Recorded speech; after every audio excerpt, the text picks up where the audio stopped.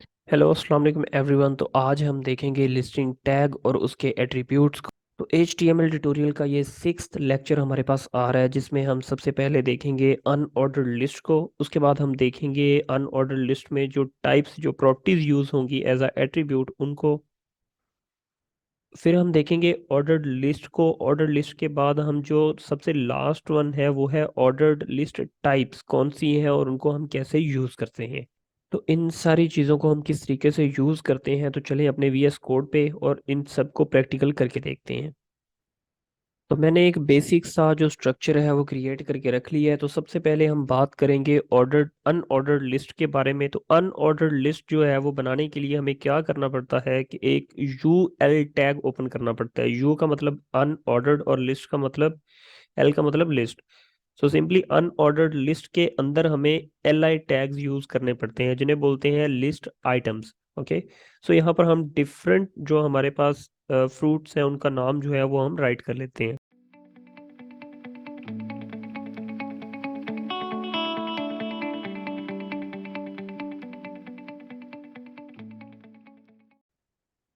तो अभी हमने क्या किया, एक UL टैग ओपन किया, उसको बताया कि हम कौन से वाली लिस्ट बनाना चाह रहे हैं और वो है हमारे पास अनऑर्डर्ड लिस्ट। और लिस्ट आइटम के अंदर हमारे पास जो भी चीज़ें हमने बुलेट्स में ऐड करनी है वो होती जाएंगी। तो ये किस तरीके से हमारी वेबसाइट पे डिस्प्ले होती हैं, तो मैं गो लाइव करके देखता हूँ तो हमें ये नज़र आ जाएगा कि किस तरीके से हमारे पास जो अनऑर्डर्ड लिस्ट हैं ये डिस्प्ले होती हैं। तो कुछ इस तरीके से हमारे पास जो बुलेट्स आ रहे हैं और आगे एप्पल बनाना ऑरेंज और मैंगो और पाइन एप्पल लिखा हुआ नज़र आ रहा है। तो ये हमारे पास एक अनऑर्डर्ड लिस्ट है।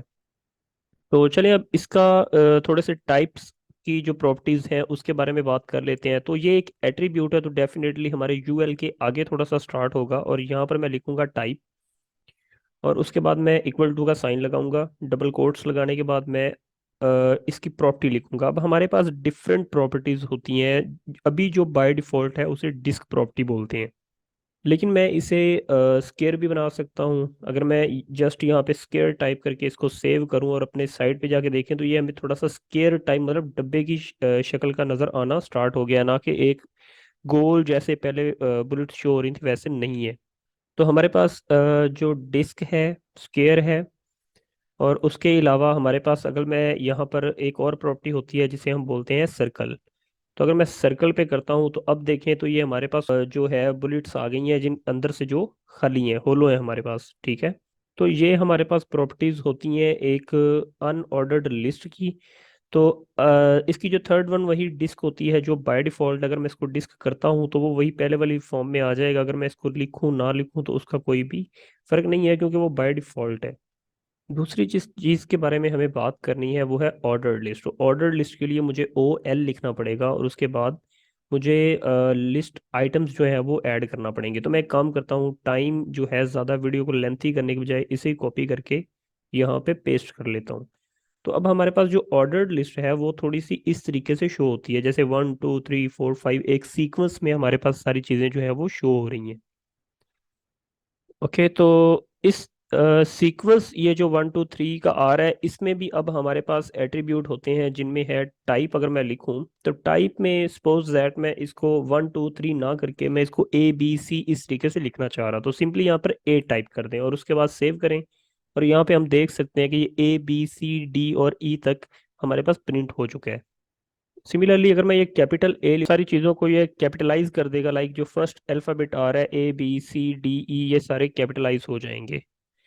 ओके, अपर केस फॉर्म में आ रहा है। और जो इसमें अगर मैं सपोज दैट बी लिखूं तो बी पर ये वर्क नहीं करेगा क्योंकि ये सिर्फ इनिशियल स्टेट लेता है। लाइक अगर मैं 1 लिखूंगा तो 1 2 3 4 से ये स्टार्ट हो जाएगा।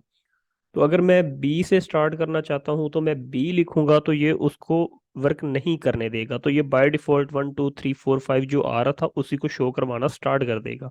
इसके अलावा इसका भी मैं बताऊंगा कि क्या सोल्यूशन है, हम किस तरीके से ये चीज़ भी अचीव कर सकते हैं। लेकिन पहले उससे पहले हम जो लास्ट एक चीज़ है रोमन जिसे हम बोलते हैं, रोमन लैंग्वेज में जो नंबरिंग होती है उनको हम कैसे अचीव कर सकते हैं। तो सिंपल अगर मैं आई लिखूं और सेव करूं तो उसके बाद हमें देख सकते हैं कि 1 2 3 4 5 जो है वो रोमन में हमें नजर आना स्टार्ट हो गया है।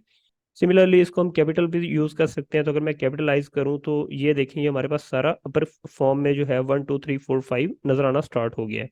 अब हमारे पास लास्ट चीज ये रह गई, मैंने ये बोला कि अगर मैं अपनी काउंटिंग जो है वो सपोज दैट मैं 1 से स्टार्ट ना करके मैं 4 से स्टार्ट करना चाहता हूँ।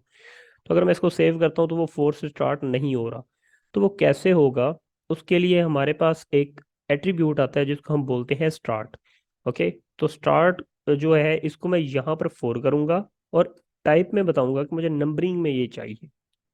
तो अब हम देख सकते हैं कि ये 4 5 6 7 8 ये जो है ये नंबरिंग में आना स्टार्ट हो गया। लेकिन अगर मैं इसको ए बताऊं कि भाई ABC में चौथे नंबर से स्टार्ट हो जो जो भी लेटर आ रहा है, तो ये बताएगा कि DEFGH, मतलब पहले वाले जितने 4 लेटर बनते हैं वो छोड़ के उससे आगे ये काउंटिंग करना स्टार्ट कर देगा।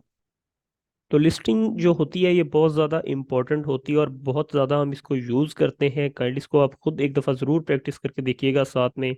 आई होप कि आज की जो वीडियो है वो काफ़ी इन्फॉर्मेटिव रही होगी। तो चैनल को अभी तक अगर आपने सब्सक्राइब नहीं किया तो काइंडली सब्सक्राइब कर दें। और अगर प्लेलिस्ट को अभी तक आपने बुक मार्क नहीं किया तो उसको बुक मार्क कर लें। अपना बहुत सारा ख्याल रखिएगा, अपनी दुआ में याद रखिएगा। टेक केयर, अल्लाह हाफिज़।